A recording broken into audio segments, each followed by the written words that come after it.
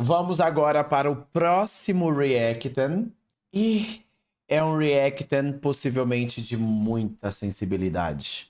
É um react de loucura que possivelmente a gente vai ficar ainda mais enfurecido sabendo de todas as coisas que esse homem tem para dizer sobre a magrelética. Já deixe aí o salve para o Youtobas, guys, e vamos ao que interessa. Reginaldo Rossi, deixa eu dar um follow nesse guerreiro, mano. Esse cara, eu já sigo. Esse cara sempre faz a melhor entrevista, viu? Hoje o convidado é especial, 4 vezes campeão do CBLOL, head coach do Exódia, o Abaxial. Abordamos, entre outras coisas, um pouco sobre última passagem pela INTZ em 2022, falta de reconhecimento do trabalho no Exódia, passagens por Red Kennedy e Kabum Sport e o nível do CBLOL. Vamos lá. Entrevista, hein? Entrevistinha foda. Tua última equipe foi a NTZ em 2022. O que tem feito durante esse tempo afastado? Sente que é hora de voltar a treinar uma equipe? Então, possivelmente ele estava afastado, né? Eu tive algumas conversas com vários times, mas nada concreto. No ano passado, eu voltei a estudar meu curso da universidade, Bioquímica e Matemática. Eu não gostei da ideia de fazer conteúdo só com a esperança de voltar no esporte em um ano.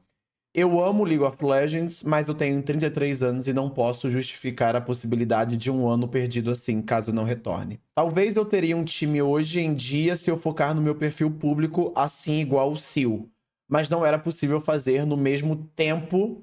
Meu horário era completamente cheio com as aulas. Caraca! Caraca, ele citou o Sil ali, investi na figura pública dele. Então fiz post de free agent e tal, mas eu não estava na mente dos times brasileiros. Isso é justo ou faz sentido? Claro que não. Ganhei 4 vezes por uma razão. Mas você não pode ter a expectativa que as outras pessoas vão ter a mesma perspectiva do que você. Com justiça, o meu ano com o INTZ era ruim, mas hoje em dia acho que todo mundo deve saber que era impossível fazer um trabalho com as minhas opções no INTZ. Eles não deram controle do roster total e criaram uma situação ilógica para mim no primeiro split. Eles contrataram um jogador que não falava inglês na época e nomes sendo citados. E não teve acesso aos outros melhores jogadores brasileiros. Então eu falei, eu quero um time só brasileiro e vou usar o primeiro split para desenvolver talentos. E NTZ contratou um rookie que eu queria, Kiki, mas no último momento o Lucas tinha medo que a Riot fosse ficar irritada e contratou o Decoy para suporte do nada, sem me avisar.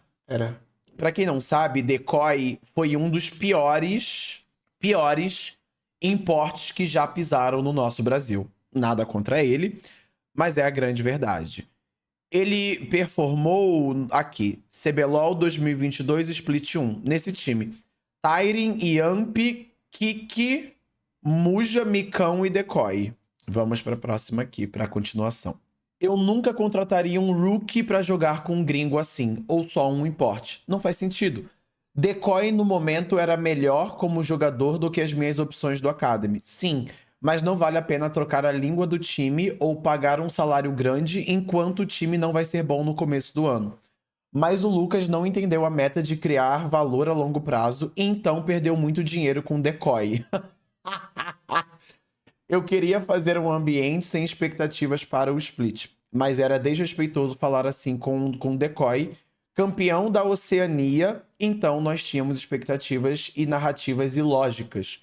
O desenvolvimento do time na primeira etapa já era perdido nesse momento. Olha aí, eu achei legal isso daqui, hein, mano? Mas o Decoy era muito ruim, independente de qualquer coisa. Em postagens mais antigas, você já disse que no passado rejeitou propostas de equipe do NA para continuar no Brasil. O que te motivou a fazer carreira dentro do CBLOL? Qual é o seu principal objetivo? Na época, a Bastial respondendo, né? Na época, eu achei melhor ganhar no Brasil ao invés de competir na Academy do NA. Eu quase tive oferta para head coach do LCS várias vezes, mas não deu. Às vezes era só familiaridade, mas também eu não era o melhor nas entrevistas. As entrevistas da LCS nunca era sobre o jogo. Acho que todo mundo sabe que o gerente nessa época era bem incompetente. Mais ainda, A habilidade de falar o que a outra pessoa gostaria de ouvir é uma qualidade importante. E meu desempenho não era suficiente. Então eu rejeitei ofertas do Academy 2 vezes, mas provavelmente isso era pior para a minha carreira. Teria que ver qual era o time e tudo mais, né? Depois eu ganhei em 2020. Eu finalmente tinha uma oferta. Guys, só para ficar claro, tá? Dentro das respostas dele, existe alguns probleminhas de tradução que eu preciso que todos vocês automaticamente entendam. Depois eu ganhei em 2020. Depois que eu ganhei em 2020, eu finalmente tinha uma oferta como head coach. Schalke 04, LEC, mas infelizmente não era possível aceitar por causa da pandemia. Havia restrições da viagem ainda com um visto adequado. O Abacaxi, ele é gringo. Eu não sei exatamente qual é a nacionalidade dele, mas eu acho que americano, não? Deixa eu ver. Exato. Você era o coach da lendária line do Exódia. Na sua opinião, o que fazia aquele time ser tão vencedor? Você acha que foi o seu melhor trabalho?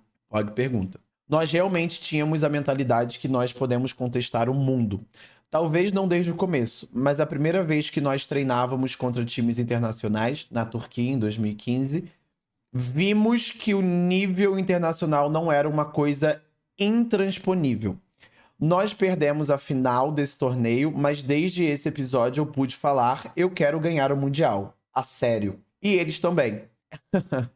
Ah, tá. Em toda coisa que nós estudávamos dos times internacionais, nós pensávamos no mesmo momento que podemos fazer igual ou melhor. Hoje em dia, o gap é gigantesco em comparação, vou admitir. O nível da LPL é absurdo, mas ao mesmo tempo, acho que a maioria dos jogadores brasileiros hoje em dia não tem essa mentalidade.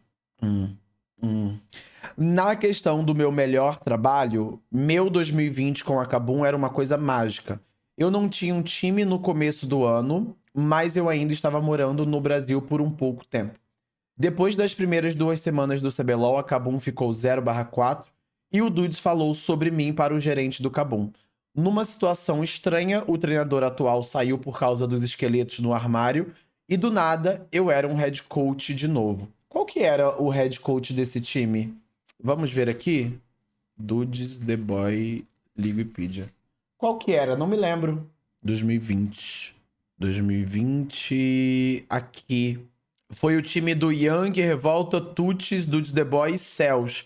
Mas qual que era o coach deles anterior? Eu não me lembro o coach deles anterior. Era o Nelson? Não, eu acho que era o Noodle. Não era o Noodle? Eu acho que era o Noodle, mano. Acho, não tenho certeza. 2020. Não, não era o Noodle, não. Porque o Noodle em 2020 ele treinou Bankai, Ranger, Goku, Lusca, Bivoy lá no Flamengo. Eu nem lembrava disso. Ah, tá. Sei qual que era, guys. Entendi tudo. Abafa. No começo da pandemia esse ano, eu tive sorte. O time total ficou numa casa e sem brigas pessoais. Nós melhoramos durante esse tempo, enquanto o resto da liga inteira ficou pior. Mas no fim do dia, eu comecei esse split na semana 3 e último lugar. Terminei 6/0 para chegar aos playoffs e ganhei o split. Em todos os detalhes, macro, draft, liderança, eu sei que meu impacto individual desse campeonato era muito grande. Essa Kabum de 2020, ela ganhou o CBLOL com Revolta como jungle? Pera, não ganhou não. Era o Wiz quando ganhou, era o Wiz Jungle. Ah, tá. Ah, tá. Ele também foi o jungler com outros jogadores aqui, tá vendo? Parang, Wiz, Tuts, Dzave, Dudes e Cells. Ok, ok. Por exemplo, o Parang teve vários problemas durante esse tempo e quase saiu do time toda semana. Nem estou brincando. A Kabum comprou 3 voos para ele que foram cancelados. Caramba! Por causa da pandemia, era difícil de resolver essas coisas para ele. Mas a gente fez o que foi possível e convenceu ele a aguentar. No final, ele era o MVP e ficou muito feliz. Em 2016, eu não tinha maturidade para lidar com uma situação igual a essa. É, legal isso daqui, cara. Caramba, eles compraram 3 voos para o Parang que foram cancelados por causa do Covid, guys. Lembram disso? Por causa da pandemia, tá ligado? Muitas pessoas, ao falar daquela lendária line da INTZ, acabam por mencionar mais o nome do Peter. Isso te incomoda de algum jeito? já que você era o coach daquele time por um período muito maior? Sim, ele responde, né? Em vários momentos ele tentou corrigir essa narrativa, mas parece que todo mundo acredita que é só humildade. Peter é humildade de verdade e tem qualidades inúmeras, mas ele só estava presente por entre um terço e um meio do nosso tempo de treino durante o ano. Ele usou o tempo avaliável do melhor jeito possível, obviamente, e trouxe um sistema de pensamento e vocabulário novo para o time. Mas, ao mesmo tempo, era uma tática entre eu e Peter para usar ele como variedade. Um pouco da dopamina para os jogadores. Eu sou uma dessas pessoas, tá? Sendo bem honesto. Era, né? Ele falando aqui mais explicitamente, mostrando a verdade, não tem como eu ir contra. Mas eu era uma dessas pessoas que achava que todo o sucesso e êxito que a INTZ tinha era graças ao Peter, tá ligado? Dentro de coaching staff. A INTZ, pra quem não sabe, no ano de 2000 e pouquinhos, né, quando eles foram vencedores, lá atrás, 2016, 15, eu não me lembro exatamente. A INTZ, na minha opinião, tinha a melhor coaching staff do CBLOL, que era o Abacaxi e, paralelo a isso, o Peter, né, o Peter Dan, e também tinha o melhor psicólogo do CBLOL. Eu não lembro o nome dele, mas eu acho que era Cláudio. Era Cláudio alguma coisa. Cláudio Godoy. Esse rapaz aqui, ele foi um dos primeiros psicólogos dentro do eSport, ao menos dentro do nicho da bolha de League of Legends. E ele era a melhor pessoa que tinha. Eu nunca trabalhei com ele, né? Mas o que eu ouvi dele é tipo daqui pra cima, tá ligado? Era uma coisa bizarra. Então, eu também fazia parte dessa narrativa, que muito do êxito era do Peter, mas também por causa desse cara aqui. Inclusive, até mesmo um pouco tempo atrás, meses atrás, né? Eu fui conversar com o Revolta em live, daí ele deixa claro que, na verdade, o Peter, ele não fazia parte ativamente dessa equipe, né? Que é o que ele está falando aqui agora. E era mais o Abacaxi. E NTZ, guys, já viveu um momento muito bom dentro de League of Legends. Você entende que, tipo, você perguntava quem é o melhor jogador? Tá na INTZ. Quem tem os melhores, a melhor comissão técnica? Tá na INTZ. Quem tem a melhor psicologia, a melhor equipe de psicologia do CBLOL? Tá na INTZ. Eu vivi isso daí, tá? Essa tática funcionou, mas talvez um pouco bem demais. Não quero assinar um motivo ou uma culpa, mas entre várias entrevistas e elogios aconteceu uma narrativa que o Peter fez tudo e eu só aprendi com ele. Eu lembrei em 2020, quando eu ganhei com a Kabum, eu vi em publicações que eu ganhei meu terceiro CBLOL, ao invés do meu quarto. E obviamente nós temos a coisa ridícula que o Lucas, dono do INTZ, falou errado, entre parênteses, mais do que uma vez, sobre a minha história com a organização. Nossa. Nossa senhora. Eu preciso beber acho que umas 30 dessa. Cara, Jesus. Cada vez que eu ouço do Lucas Simon, é uma coisa pior do que a outra. Tipo assim, eu acho que uma das coisas para um trabalhador, na verdade para você como ser humano, eu acho que a pior coisa que pode fazer sobre para você, né, é apagar a sua história ou fingir que ela não existiu. Isso é a parada mais bizarra que tem, tá ligado? Tipo, quando o próprio funcionário da empresa tem a história dele apagada pelo CEO, pela maior representação daquela empresa, é uma coisa bizarra. Tipo, eu, dentro da minha cabeça agora, eu não sei exatamente o que pensar, tá ligado? Do Lucas Simon, porque de um lado eu fico com pena porque tá vindo muita coisa à tona sobre ele e é uma pessoa que tá tomando de todos os lados, mas ao mesmo tempo, depois de eu ler uma coisa dessa, tipo, esse aspas ele é muito forte. E obviamente nós temos a coisa ridícula que o Lucas, dono do INTZ, falou errado mais do que uma vez sobre a minha história com a organização. Isso é bizarro. Tipo, vocês entendem o quão bizarro é isso? Porque não só você é totalmente descredibilizado pelo aquilo que você fez e construiu naquela empresa por anos consecutivos, que ele alcançou o ápice, foi 4 vezes campeão, como Isso fode, inclusive, você arrumar emprego em outros lugares, tá ligado? Porque passa um clima meio chato, né? Puta, o dono daquela org tá indo contrária o que esse cara está falando. O cara fala que ele ganhou 4, o outro fala que ele ganhou 3. A sensação que passa é o quê? Esse cara é maluco. O dono está certo. Tá ligado? Apagar a trajetória é uma coisa muito, muito, muito pesada e bizarra. Holy, cara. Enfim. Então, vou esclarecer sem ego. Eu ganhei o primeiro split em 2015 só com os jogadores. Para o segundo split, eu tinha o Chacarês como assistente e nós quase ganhamos com o Jogster Jungle e a Lox no suporte. E realmente. Olha, eu acho que então você tem 5 splits do Abacaxi, porque quase ganhar com o Jogster Jungle e o Alox como suporte, pra mim já é uma vitória. Foi a final que o Milo, inclusive, dá aquele backdoor épico de Shen, tá ligado? Esse time da INTZ, eu não sei como ele chegou até a final, mano. Com o Alok Sup, né? E o Jogster Jungle. Todo respeito ao Jogster, tá? Né? Mas naquela época ali era uma coisa pegada. Se nós tivéssemos o Revolta ainda, já sabe. E em 2016, eu ainda fiz todas as preparações para times inimigos. Quando a gente venceu do EDG, era meu draft, meu plano.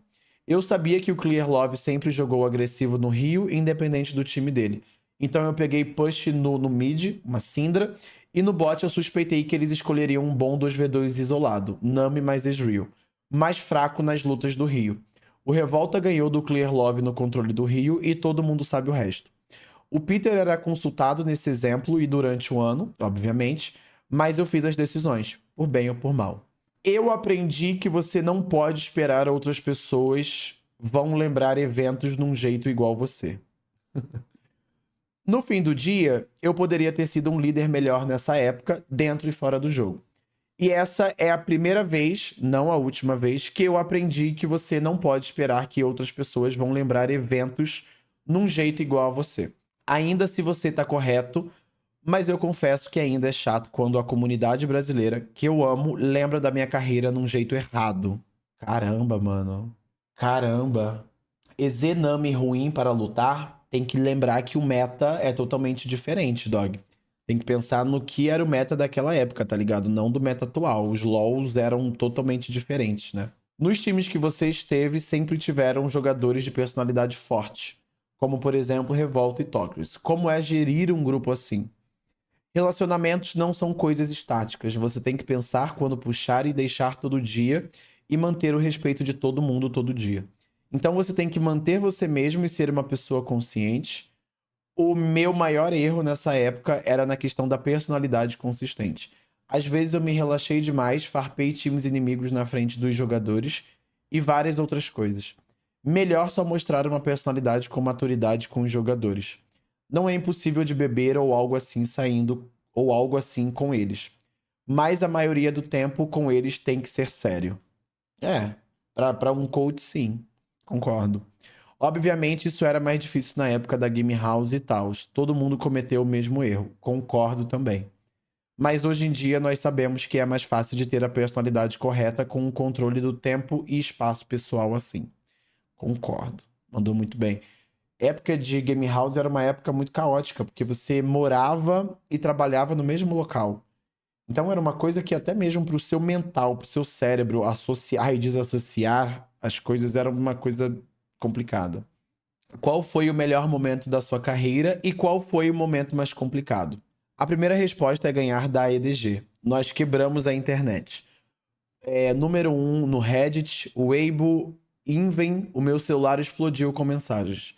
É um momento especial, ainda que no fim nós perdemos a oportunidade de uma vida nesse Mundial. Quartas de final ou semifinais era possível para nós, eu acredito. Eu não me lembro, mas, em reflexão, eu acho que classificar para o Mundial era mais importante para mim como pessoa. Sempre fiquei em dúvida até esse momento sobre a direção da minha vida.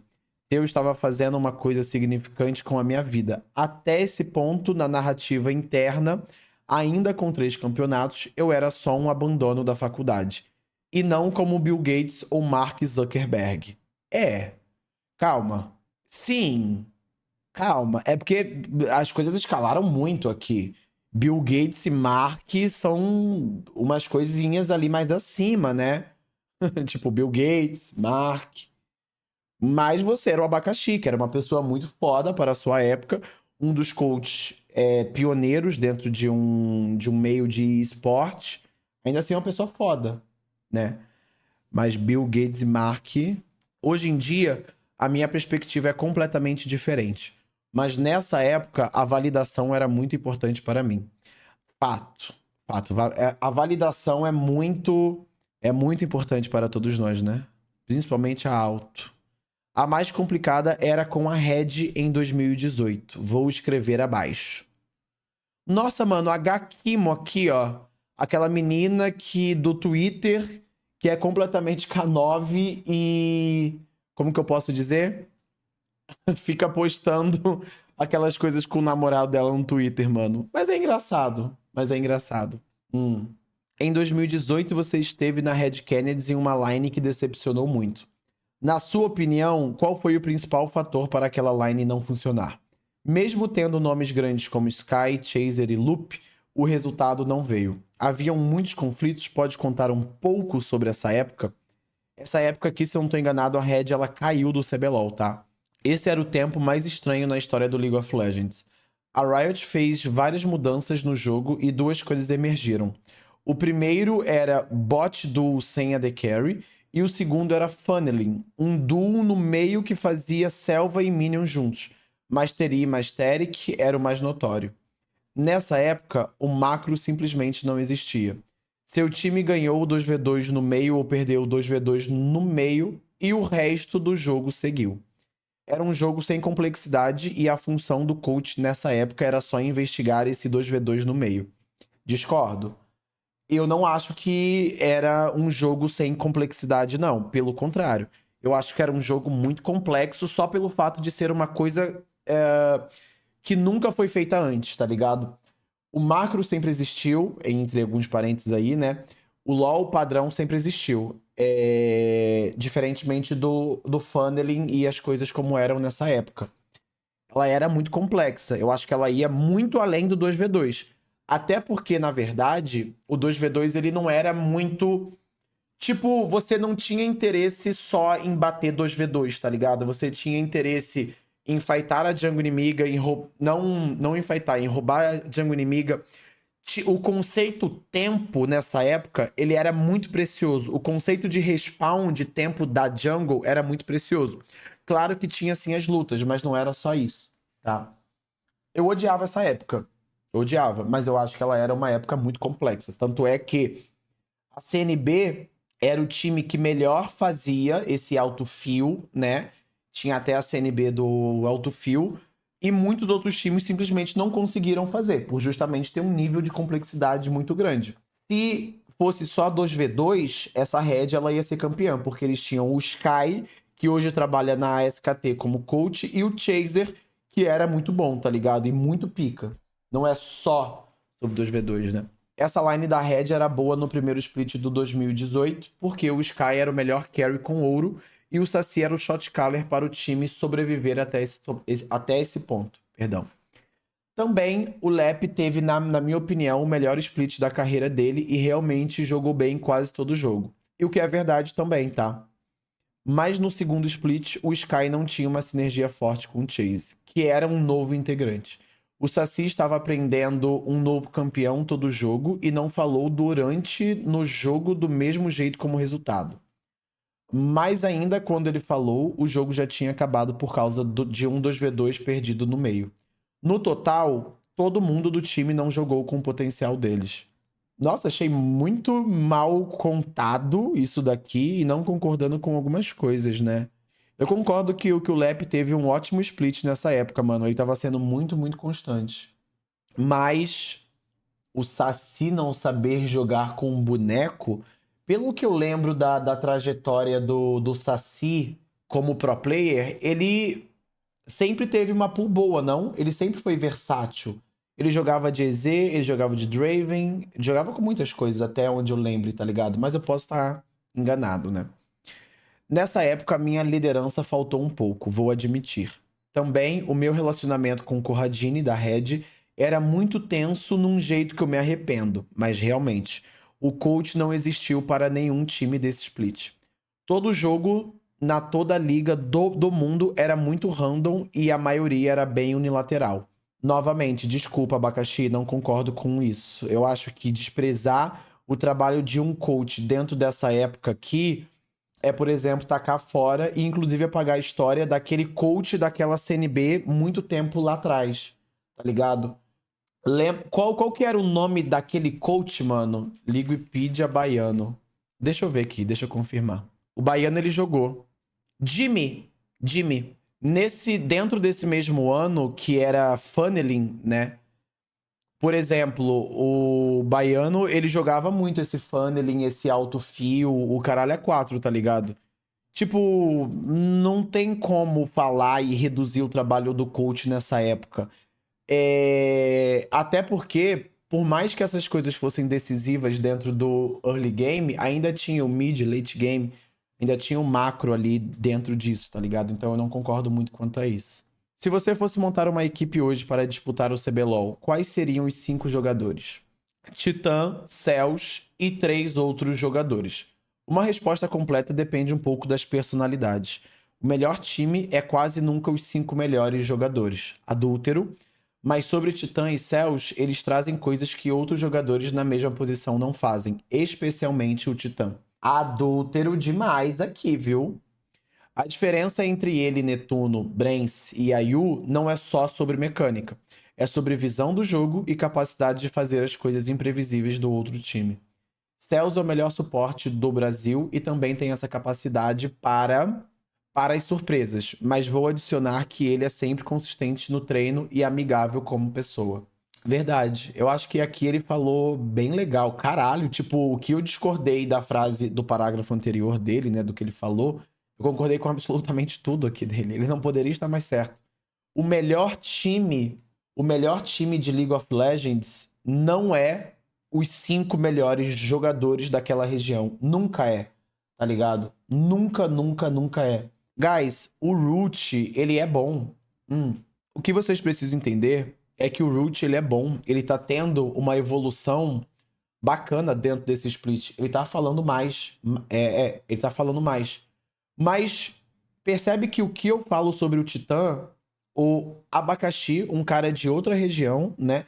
Que tá lá na puta que pariu, falou a mesma coisa. O que o Titã faz, só o Titã faz. Tipo, muitos outros AD Carries, eles fazem, eles dão dano, eles são bons mecanicamente, eles jogam bem laning phase, tudo isso, tá ligado? Tudo isso. Porém, entretanto, todavia, só o Titã é maluco e tem esse quesito imprevisibilidade. Acho que essa é a palavra. Como você vê o nível do CBLOL hoje? O nível está decente nesse momento. Na questão do gap internacional, acho que o momento mais recente era o time campeão do Red Canids em 2021. Esse não era um time melhor do que a Loud e melhor de todos os tempos. Ou qualquer bobagem assim. Mas eu realmente acho que o jeito que eles jogaram no mapa e estilo no geral era suficiente para enfrentar times internacionais. Eu achei que eles iriam passar a primeira fase do Mundial. Hoje em dia, acho que nosso nível no mapa está um pouco pior em relação aos times internacionais. No Brasil, os times não fazem decisões certas com consistência. Eu não sei se é uma falta concepcional ou na questão de disciplina, mas sempre parece que a única coisa que importa é a habilidade de ganhar na teamfight. Nossa, ele não poderia estar mais correto. A nossa leitura de mapa de League of Legends, ela é completamente unilateral, ela é sobre teamfight, ela é sobre a habilidade de ganhar numa teamfight. Apenas a isso se resume total a isso, tá ligado? Ignorando todos os restantes de macro, tá ligado? Vantagens individuais não importa muito. Nós temos jogadores com mecânica, mas isso não é suficiente internacional. Todo time tem jogadores insanos, então você tem que ser mais inteligente. Legal, hein? E última coisinha aqui, guys. Uma coisa que tem sido discutida é a falta de treinadores que sejam ex-jogadores no CBLOL. Como você enxerga essa diferença entre treinadores com e sem experiências como jogador? Acha que realmente é um problema? Algumas pessoas acreditam que, eventualmente, a maioria dos coaches vão ser ex-jogadores. Talvez, mas existem qualidades e jeitos de pensar que não são selecionados no processo de se tornar um jogador profissional. Sendo honesto, a maioria dos jogadores profissionais não são bem criativos, porque você pode ganhar só copiando quem é. Você não pode ser um dos melhores do mundo assim, mas por definição a maioria dos jogadores não são os melhores do mundo. E até esse ponto a criatividade não é tão importante. Criatividade no League é um assunto bem complexo e não existe em só criar build nova ou pegar um campeão num jeito não ortodoxo. Criatividade existe no movimento do time também, e isso é uma área que a maioria dos times do mundo era e ainda são bem lentos em inovar.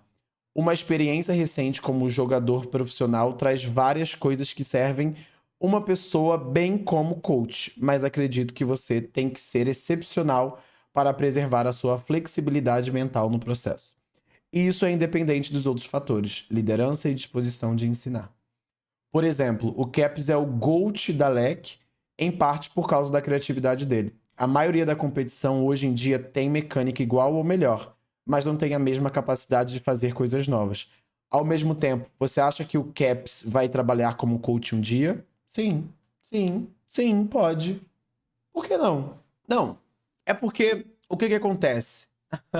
Não, é porque o que acontece? Eu interpretei disso se o Caps seria capaz de trabalhar como um coach e transferir toda a criatividade dele para o trabalho dele. Foi a forma que eu interpretei. Eu acho que se o Caps ele tivesse, perdão, um interesse em ser coach, ele seria um ótimo coach. E ele conseguiria transferir e imprimir toda a característica e perfil dele como jogador em um jogador rookie, por exemplo, talentoso. Tá ligado? Agora, se os pro players teriam interesse em se tornar coach, aí já são outros 500 e daí a conversa já vai pra um outro lugar, tá ligado? Caps não tem carisma pra ser coach. Ele não tem perfil de coach. Guys, meu Deus do céu, tá. Vocês acham, por exemplo, que o Caps não é carismático? Carisma, por exemplo, é uma requisição pra ser coach? Porque se carisma é parâmetro pra ser um bom coach, todos os coaches BR agora eles estão mortos a 10 palmos da terra. Porque nenhum deles, ou pouquíssimos deles, tem carisma. A primeira coisa que um cara do chat comentou aí. O que acontece? Eu acho que um jogador tão experiente e foda como o Caps é, ele conseguiria facilmente imprimir sim o trabalho dele como treinador, tá ligado? Quantos treinadores, por exemplo, eles têm a mesma bagagem e a mesma capacidade que o Sil hoje tem, que ele traz, por exemplo, desenvolvimento, ele traz... ele trampa, inclusive, como CEO, trazendo economia dentro do time, trazendo longo prazo, trazendo o caralho a quatro. Muitos coaches aí do Brasil têm, tipo, pouquíssimos por cento do que o Sil tem. O Sil, ele é, como que eu posso dizer? Ele tem uma bagagem longa, uma bagagem pica, tá ligado? E é exceção. Eu acredito que se o Caps ele tivesse interesse sim em ser coach, ele seria, mano. Tá ligado? Tipo, o que impediria ele de tentar entender as complexidades que tem no trabalho como um coach? Eu acho que o perfil dele como jogador ajudaria muito ele a imprimir um bom trabalho como coach. Eu não sei por que vocês não estão entendendo isso. Mas não é o perfil dele, é isso que o Abacaxi falou. E é isso que eu estou discordando, tá ligado? Tipo, eu acho que o perfil de um coach, na verdade, pra mim, ele é muito sobre, pra mim, dentro do Brasil, que é uma região completamente rasa, tá ligado? É muito sobre saber se comunicar, saber gerir um time e relacionamentos. Por exemplo, o coach. Falando sobre coach, tá? O Joko. O Joko, eu acho o Joko muito bom como coach. Eu amei ter o Joko na minha coach staff quando eu fui pro. O Joko, ele não passava uma coisa avançada no macro. Eu não acho que, tipo, o forte do Joko seja o macro. Mas o Joko, ele tem uma coisa, por exemplo, que ela é muito boa. Que isso é dele, tá ligado? Específico dele. O Joko é muito bom com relacionamentos. Ele faz você, todo mundo, estar numa mesma página. E isso, por exemplo, é perfil de um coach, de muitas outras coisas. E, tipo, uma pessoa autoastral como o Caps é, uma pessoa boa como o Caps é, uma pessoa que inova. Por exemplo, o Caps, como ele mesmo falou, inova muito e gosta muito disso. Para uma pessoa que gosta de inovar, sabe o que que acompanha ela? Um bom estudo. Um cara que ele inova sempre e ele faz funcionar e ele mantém um alto nível, o que acompanha é um bom estudo. O que acompanha é disciplina. O que acompanha todas essas coisas positivas, tá ligado? Então, eu não concordo com o ponto de que o Caps não trabalharia como coach, tá ligado? Se ele quisesse, se ele tivesse interesse, eu consigo enxergar facilmente o Caps sendo um bom coach. Tá ligado? Se você não consegue, etc., ou até mesmo o abacaxi aqui, tudo bem. Eu não acho que seja um crime ou nenhum problema, tá ligado? Mas eu acho que ele teria base o suficiente pra dar coach, entendeu? Ele tem conhecimento como jogador pra dar coach. Ele tem. Ele tem. Porra, falar que o Caps não tem. O cara é o próprio K9 em pessoa, o cara é loucaço, tá ligado? O cara, ele se mantém em alto nível esse tempo inteiro, esmufa na leque. Ele tem, porra. A questão é que, pelo perfil dele, ele não deve ter interesse. Conhecimento ele teria. Então, eu comecei comentando sobre isso, tá ligado? E olha como vocês do chat são completamente K9. Quando eu comecei essa conversa e essa discussão, eu falei que o Caps não ter interesse em virar coach e preferir ser streamer ou preferir se ausentar do esporte, etc., isso é outra discussão. Se ele tem o que é necessário para ser coach, se ele quisesse, ele tem para mim, entendeu? Então, tipo assim, vocês do chat spamando K9, que eu não entendo, etc., foi completamente anormal, tá ligado? Loucura, mano. Mas beleza. Vamos continuar vendo a mensagem aqui do abacaxi. Amo vocês. Hoje em dia estou estudando e mais focado no dinheiro, mas eu nunca digo nunca para nada. E eu gostaria de ficar um dia com mais títulos.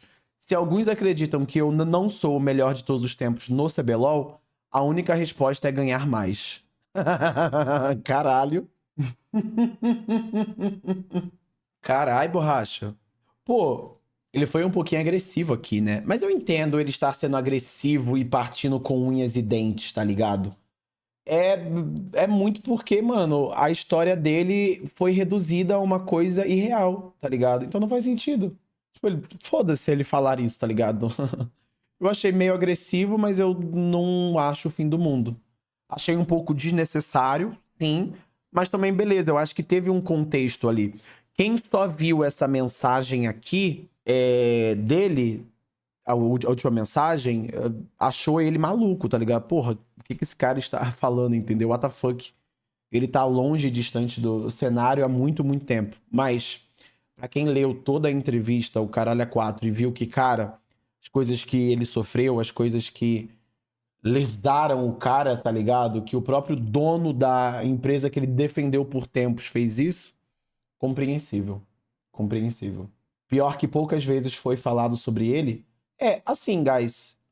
Geralmente não é muito falado sobre coach mesmo, tá? Não tô dizendo que é certo, não tô dizendo que foi errado. É porque no caso do abacaxi foi uma parada específica. Que as pessoas mais davam voz para o Peter e adicionavam e incluía ele na história e reduziam a dele, a do abacaxi, tá ligado? Eu não sei, tipo, quem começou isso, tá ligado? O mais bacana disso é que não tinha IDL pra vocês culparem, né? Nessa época aí era só a Riot, mas eu acho que a mídia ou talvez os próprios jogadores, não sei o que acontecia, mas todo mundo dava o mérito para o abacaxi mesmo. Não, para o Peter, não para o abacaxi. Tá dizendo ali que ele respondeu tudo isso em PT. Nem imaginava que ele falava tão bem. Ele fala. Ele ficou muito tempo aqui dentro da nossa região, tá ligado? E o abacaxi, ele é uma pessoa esforçada, entendeu? Então, tipo, sim, ele fala.